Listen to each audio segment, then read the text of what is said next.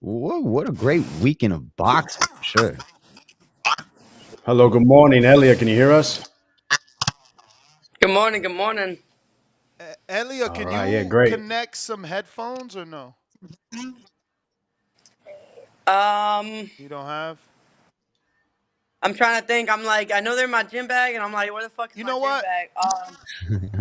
Never. I mean, I guess it's all right. It's more when we talk, our audio kind of goes back in through your headset. But good morning. How are you?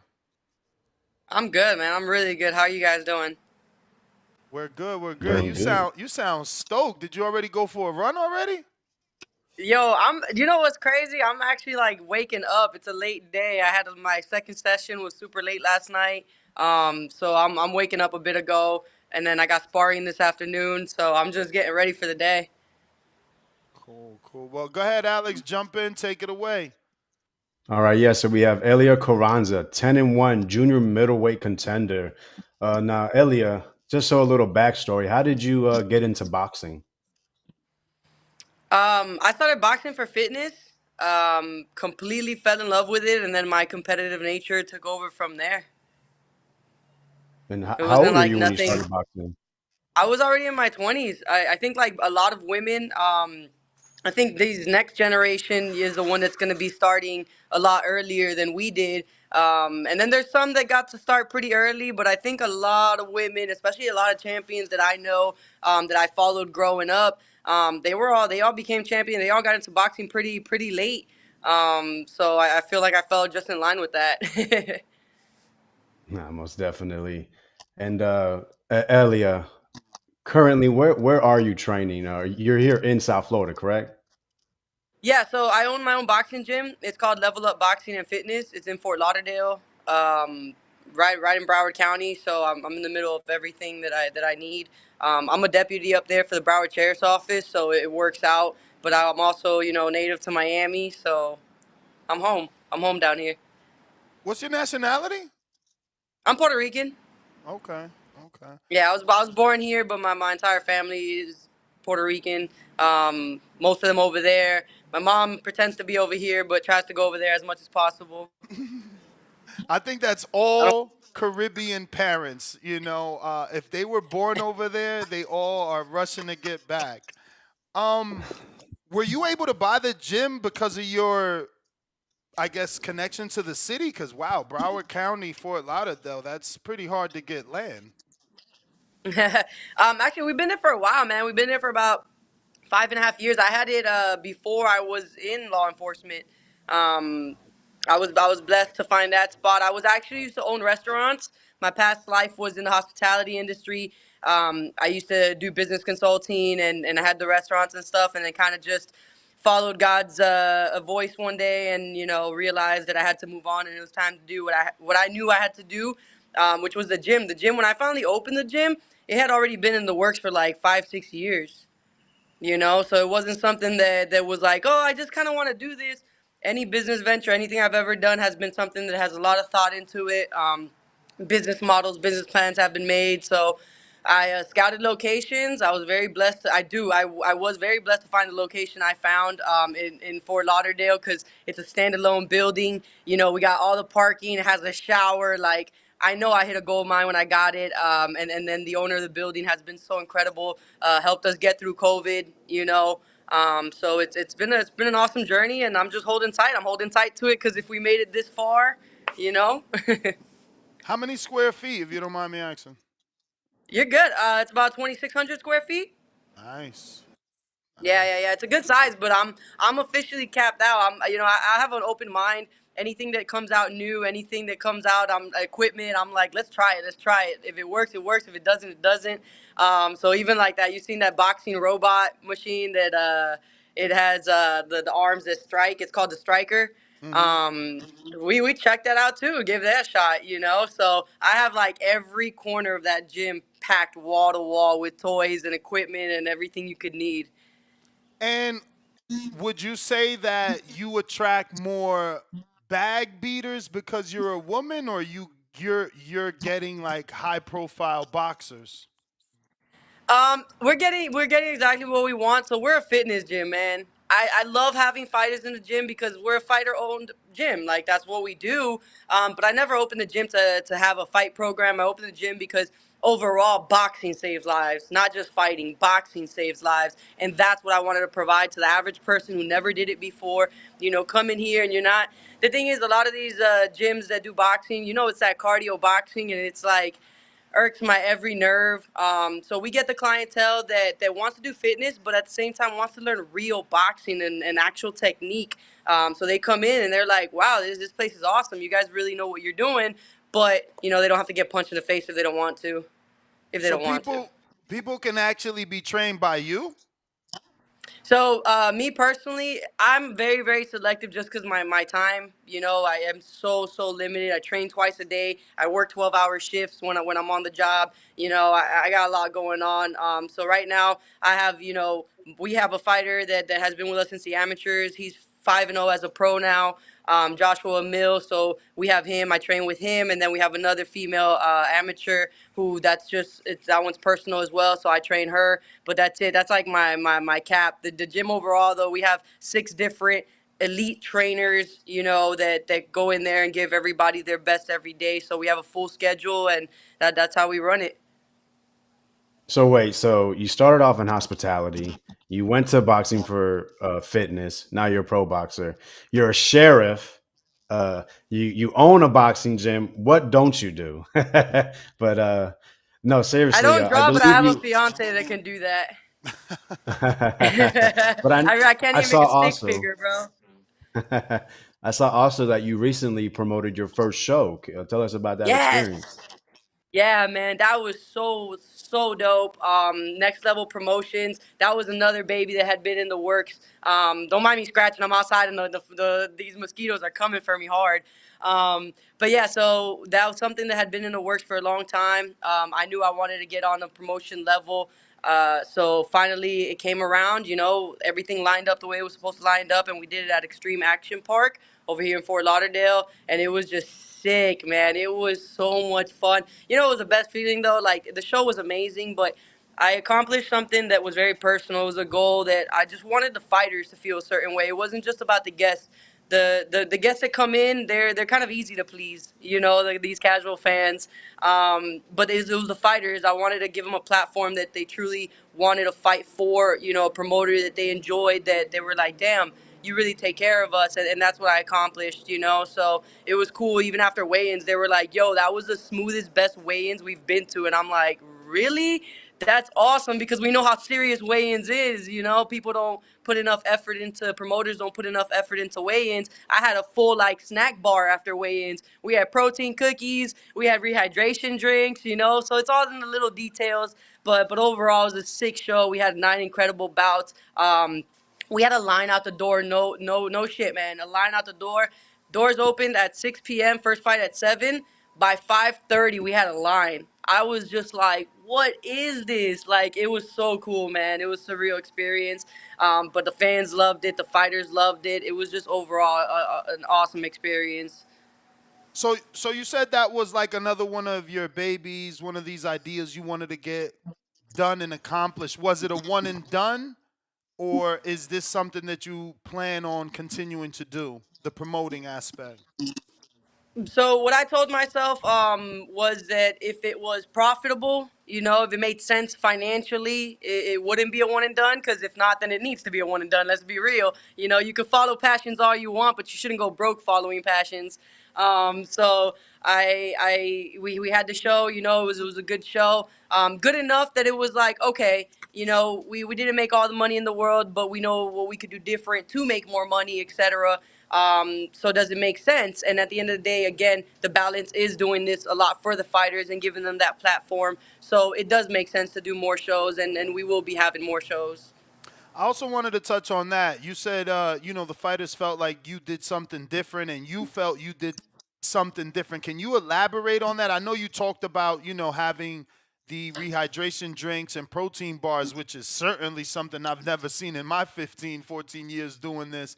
But what else are the little nuances that you feel you did different to make it a better fighter experience? Because I've never heard a promoter talk about the experience for the fighter. They're interest is the paying consumer?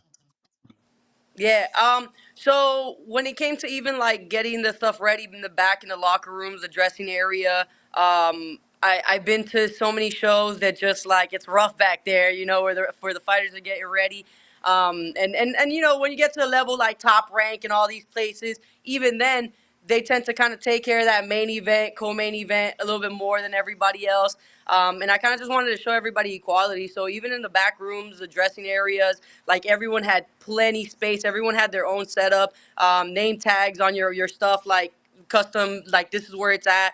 All the fighters that signed on with time, they all got like care packages where they got custom boxing keychains with their names on it. They got custom gear, jackets, shirts, So just overall, anything like that we could put together that it just kind of was like, hey, you matter. We care about you. You're important, because they are. Obviously, they are the show. There's nothing without them. And whatever they needed, man. Just trying to make sure that everybody's as happy as can be, and just really really looking out for them. What would you say was your biggest hurdle with this first show? Biggest hurdle. Um, so I dealt with a lot of the fighters firsthand, and then a couple managers, and just kind of you realize like just how much you gotta baby and break down numbers and stuff like that, and just people don't know the business of boxing and they think that they do, and then they get there and they're just so fucking confused, and you're like, we talked about this and it doesn't register the same way. So I learned that when it comes to the boxing business, people just truly wholeheartedly don't know it. So they're kind of learning they go through it with you, especially like shows like mine that I focus on pro debuts anywhere in the first 5 fights. Like I love that. I like that newer experiences for them.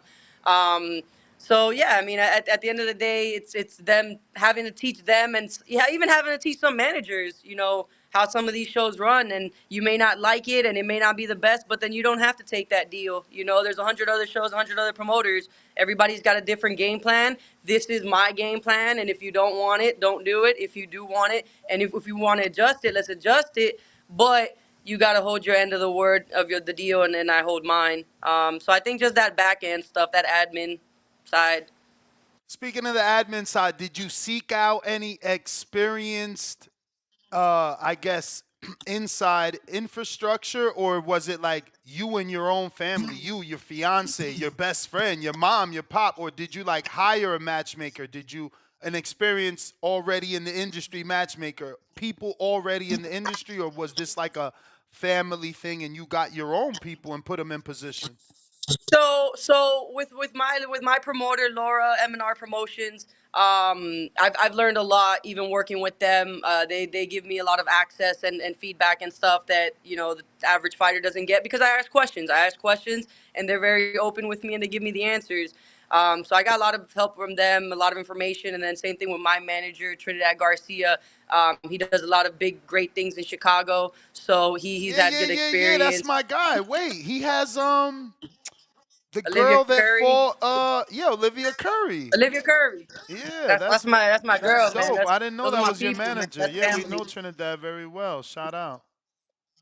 Yeah, man, that's family. So obviously, whatever I needed, he helped out. But when it came to at the end of the day, the nitty and gritty was done by me and my people. My matchmaker actually does a bunch of amateur shows down here, and I asked him, I'm like, hey, listen, you want to get into the pro world and give it a shot with me? Like, you're gonna learn as I learn, and like I'll break you off whatever I could break you off, and we'll figure this out together. And he's like, that's my guy, Kenneth Sabino. He's doing a lot of stuff for Cage Life, for the Real Cage Life Fighting. Pretty much runs all their shows with Timothy Cage. So yeah. So I mean, he said yeah, and we did the matchmaking together. We did all that together. Sent the contracts together. Like, it was a lot of learning on the go and on the fly. And the commission. Look, surprisingly, the commission was actually pretty good with us. I know everybody has their own take and their own experiences with them. For my show, I can say that they were incredible, man. They really like just streamlined everything for me. Everything was clear cut to the point. We all dropped the ball in a couple places, and that's fine. We're all human. We're gonna make mistakes, but we all fixed it together, and that's all I care about. Nice. I You got a said couple. Cage Life, right? Sorry, They go just ahead. had a show. They just had a show over here in Palm Beach, right? Yeah. I was there on yesterday. Oh, okay. Yeah, I live actually in Palm Beach. Okay, so you had a pretty active weekend because I saw you roaming around Golden Gloves as well. Yeah, man. I try to show love and support, all over the place when there's local stuff, so especially as big as the Golden Gloves. I know the importance of that. So just showing up, talking to people, being there, answering questions. And then yesterday for that show, obviously, like I said, Kenny's the one behind a lot of it. And then we had a fighter on there as well, so it was fun, man. I love it. I love these weekends. The more excuse I have to cram boxing in there, the happier I am. That's dope. We got a couple of questions from the people, and then we will get you out of there. First one is from Toledo Treese in Ohio. He says, "What's your thoughts on bare knuckle boxing, and what's the hardest thing to cut from your diet during training camp?" Just because the diet part's fresh in my head, right? It's not so much that I have to cut because I'm pretty good year round. It's just really eliminating anything sugar. Um, yeah, I love donuts, man, and it's not because I'm a cop, but I love donuts, things like that, chicken and waffles. So just having to Oh, eliminate chicken and that stuff. waffles, I love. I love I always donuts say that's too, how I knew I man. was meant to be a cop because it's always been my favorite thing. Do you guys got Just- Krispy Kreme down there? Oh okay. hell yeah, man! What do you mean? That's 10 seconds in the microwave. Woo, that's it. That's it, boy. now, mentioning that you're a cop, I think I've seen you say that you watch women's boxing. Did you tune into the Sky versus fellow police officer Tierra Brown match earlier? Saturday. Tears, baby, tears. That's my girl, man. Tiara is my dog, bro. Right at Yeah, home to man, definitely. Florida. Tiara is somebody that God showed me early on in my boxing to show me that there was no limits to what can be done. And I get like emotional even talking about it because she was such an example of, bruh, you could do it all. You can do it all if you choose to. She was policing, she was kicking ass still in boxing because some people think that like she started doing boxing after. No, bro, she was kicking ass as a cop. So I couldn't be more proud of her, and I definitely tuned into that. Like I was, what was it? I think it was like 6 something, 7 in the morning, and I was just like on that phone, watching that live. I had to, so I was extremely happy, bro. Definitely, I think that was incredible. So wait, is she not active anymore in terms of a police officer? Because you said the way No, you she's not. She's phrased it. actually she's retired. She's retired. Oh wow, Yeah, nice. yeah, yeah. She's Man, full time isn't that boxing now. young though? Because she's only 37. I believe she did. And I don't want to misspeak, but I think she did about 7 years on the force.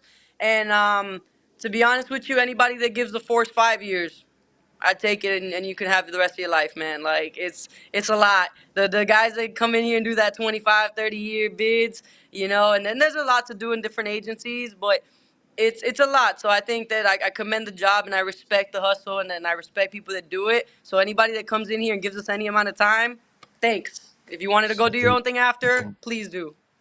Nice. But back to that question, I didn't mean to cut off that last question. So it was two parts. It was one was the sugar cutting, like what was called bare knuckle. They asked about bare knuckle and how I feel about that. So we actually have the about to be 5-time world champ Britton Hart, who trains out of our gym at Level Up Boxing as well.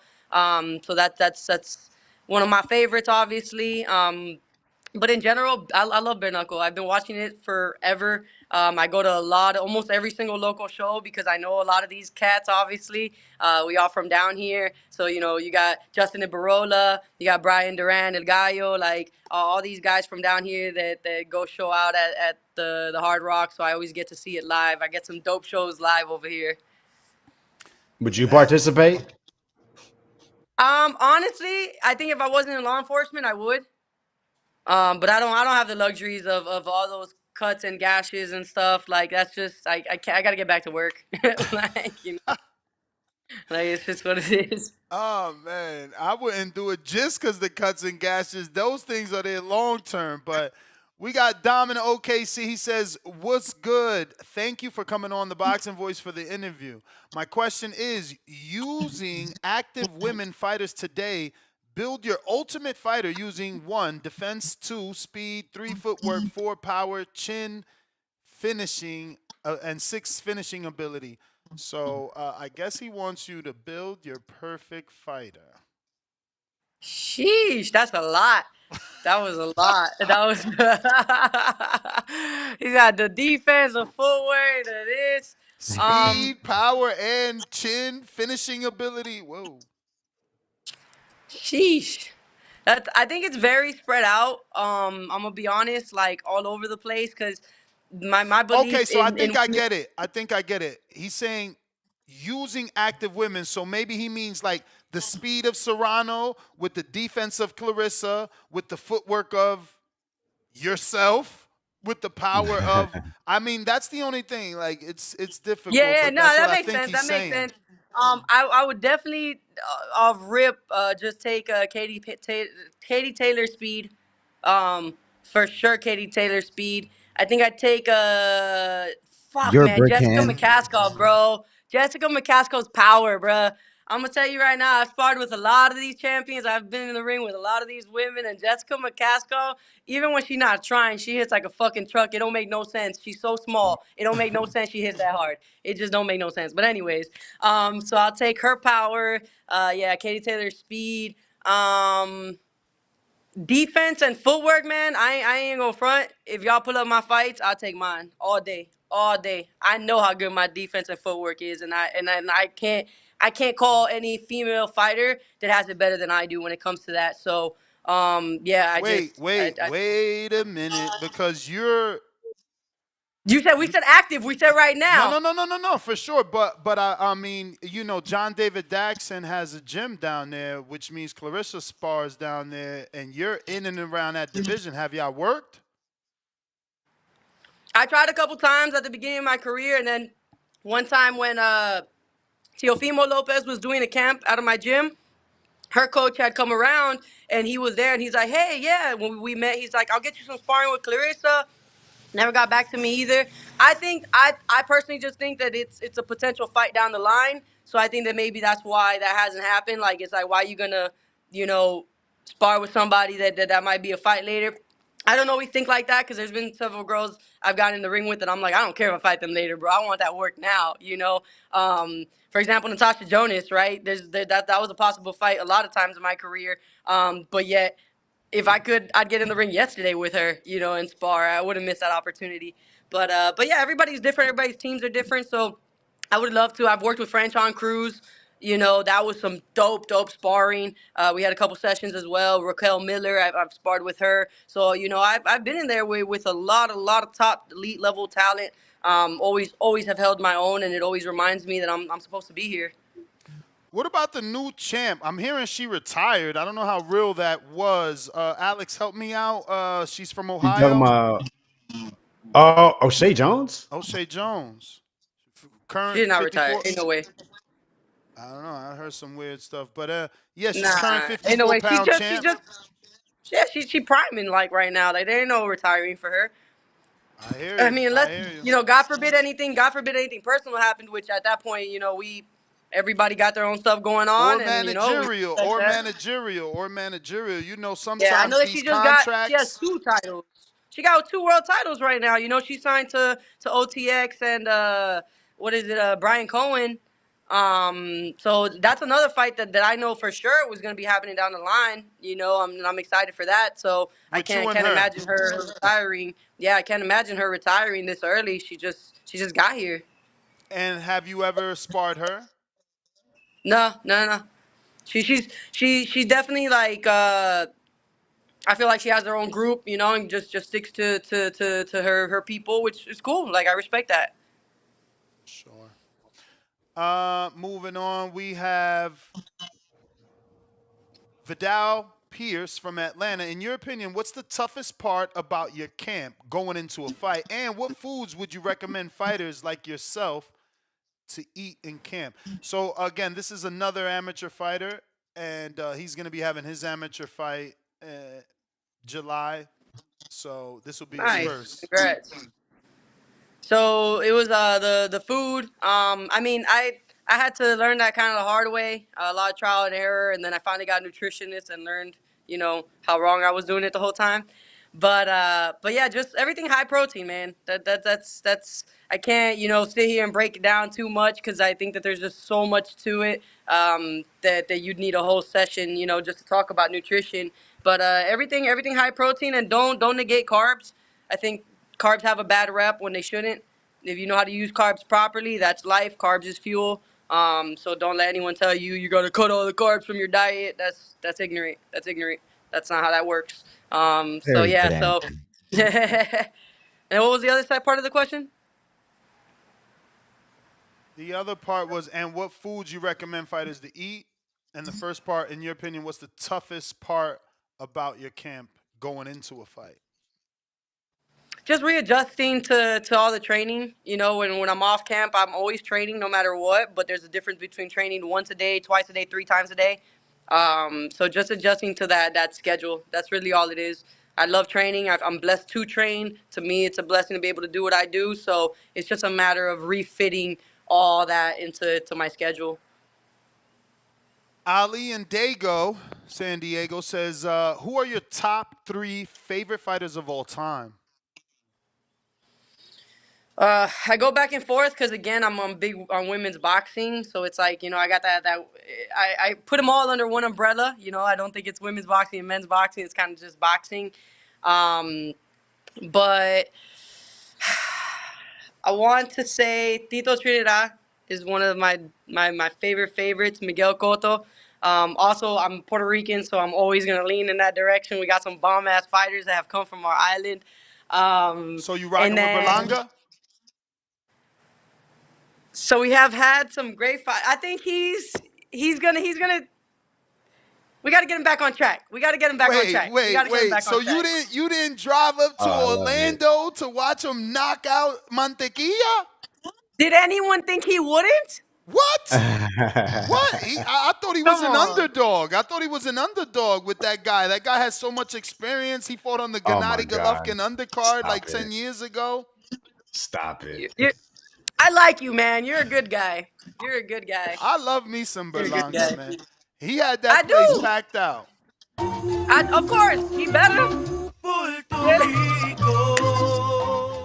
Shout out Berlanga, man. I went up there. One of the last times he was. I mean, it was quite a few fights ago, but he was fighting on a card with Xander Zayas. I'm a huge Xander fan. That's man. I've seen him since the amateurs, bro. Like Xander to me is just one of those guys that's gonna leave such a beautiful legacy, and I'm excited to watch him continue his journey. I just seen the WBO talk about mandating him with Fandora, and I'm excited for all that to come for him, man. He's an incredible fighter and person. Speaking of Floridians and Caribbeans and boxers, Artiga, you familiar? And did you watch her fight? Jasmine, what did you think? So I didn't get to see it. I actually was looking forward to seeing it, and I don't know how I overlooked it. I typically see just about every women's fight that comes out. But yeah, no, I'm hearing a lot about it. I do want to run it back because I am hearing a lot of back and forth with that fight. So I'm really Yeah. curious to watch it because normally, if you look at all her past fights, she's gone in there, regardless of who the opponent is, it doesn't matter. She's gone in there, she's done the job, she's dominated completely. But I heard that she got kind of dominated, so I don't know. Ooh. Well, that's I a don't know. strong word. Now it's definitely a tough fight. And you could definitely watch it on Pro Box YouTube. I actually just watched it yesterday. Yeah, definitely. Nice. The crowd was not happy with that decision. But shout out to that girl Chavez, man. She came to compete and really Yeah, which pushed is what I keep Jasmine. hearing.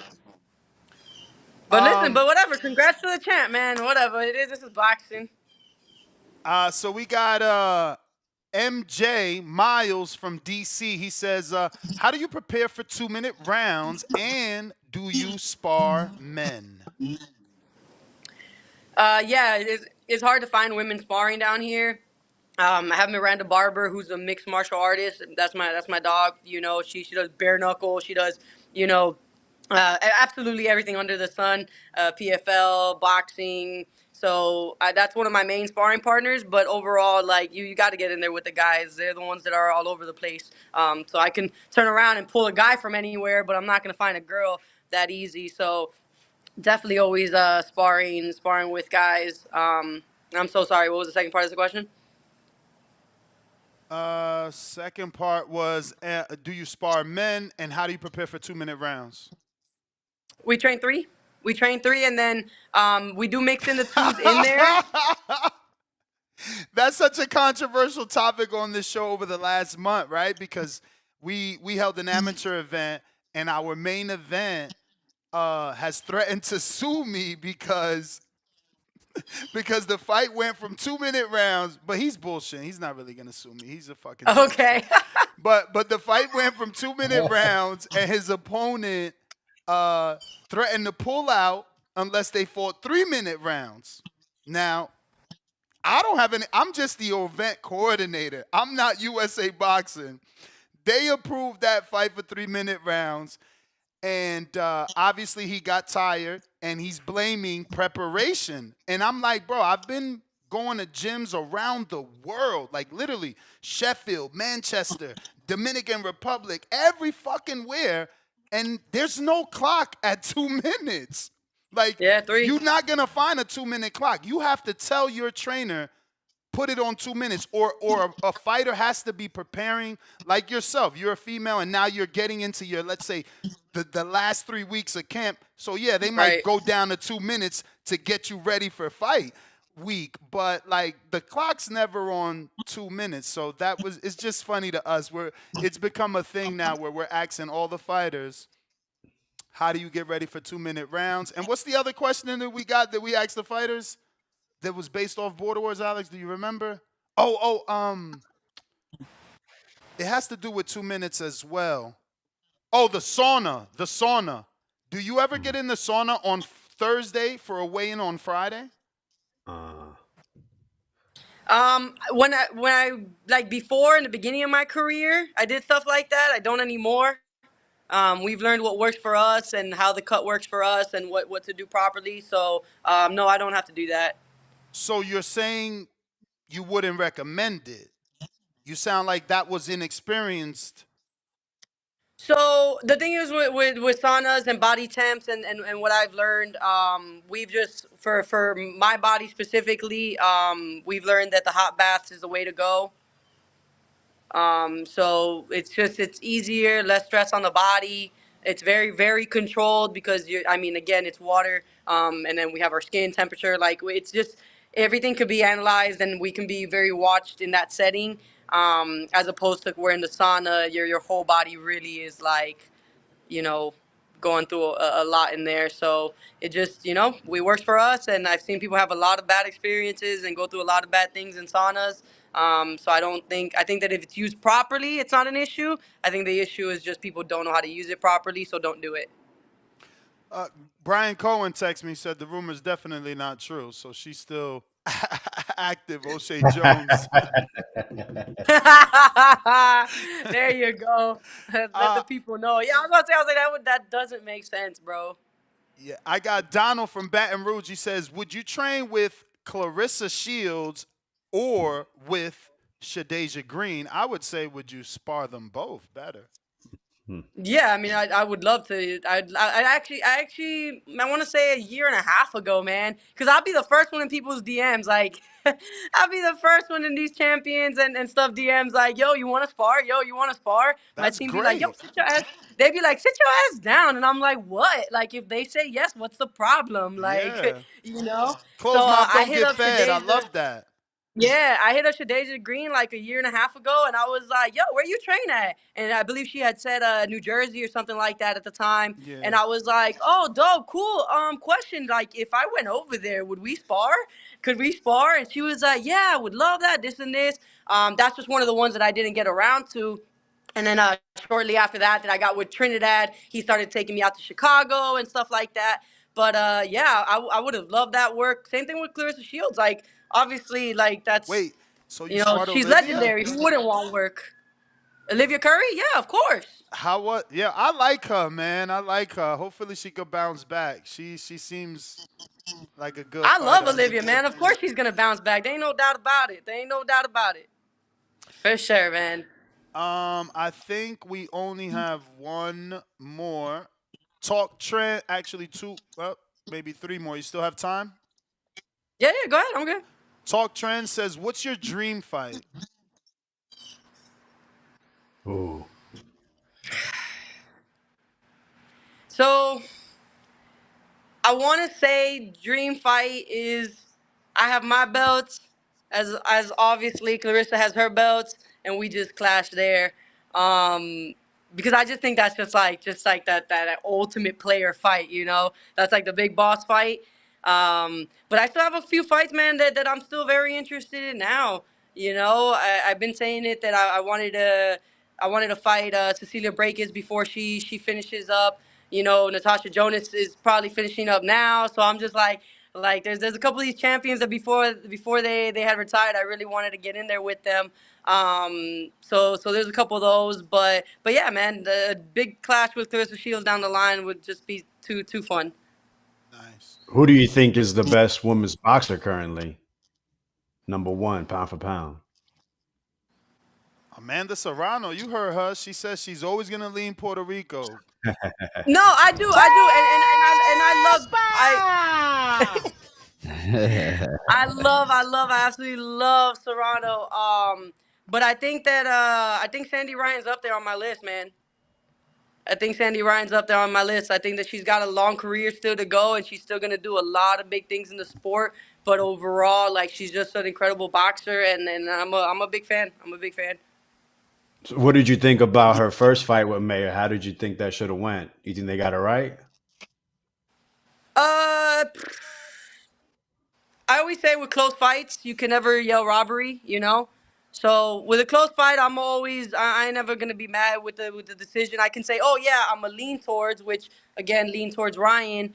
But I understand. The one I didn't get was the Amanda Serrano Katie Taylor stuff. Like that one, the first one I could understand. The first one was like, all right, I give it to Serrano like most people did, but we give it to Katie. Okay, cool. This second one, it was like, wait, what? Huh? What? Okay, I guess, you know, so but again, that's boxing, man. All right, we got Mad Bent 100 in Kansas City. How do you prepare mentally for a fight? Just locking in, bro. No distractions, which I'm pretty good about that overall to be able to fit all this stuff on my schedule. But yeah, man, and no time for BS, no time for drama. I don't entertain absolutely anything that takes away my peace, that messes with my camps. Like we don't have time for that. Everything gets put to the side. If it can get handled, if it can get handled. If not, it'll get handled after camp. Come back to me in a month and a half, 2 months, you know, whenever it is. Last one is from Huang out of Houston. What is the most exciting bout you've ever watched? Watched. Oh man, Watched. I got two. So, well, two trilogies, which is about to happen now with Amanda Serrano and Katie Taylor, because those fights are just insane. And then the Gotti Ward, bro, the Gotti Ward trilogy, like that. Those fights were just so much fun from the first bell to the last. You were just like on the tip of your seat the whole time. So those, both of those, and then again, I can't give enough credit to Katie and Amanda because those two fights are just two of the most exciting fights I've ever seen. You know, it was pretty dope. Well, champ, those are all the questions. I don't know if my co-hosts have anything else before we let you go, but at this time, please give out your social media in case anyone isn't following you. They can do so. Yes, please, please. Currently, we're ranked at number 2 in the world, number 3 on a different sanctioning body. Depends on which one of the 30 that you look at. Either way, I'm in the top of the list. So we're coming for all those world titles. My name is Elia, Elia, and the Instagram is going to be Elia underscore Soul Snatcher. So Elia underscore Soul Snatcher, which is the nickname. So have me on IG, Facebook, either way. And yeah, I'm back April 26th in Miami at the Miccosukee. We'll be fighting for the WBA Fed Latin belt. Just give me all the belts until they line me up for the Worlds. Oh, that's gonna be a MR Promotions. Okay, shout out. We know them. All right, champ. Well, we'll get you back on for the victory lap if you allow, and best of luck. Appreciate it, guys. You guys have a Salute. great one. All Appreciate right, you. thank you, Elia. There you have it, ladies and gentlemen.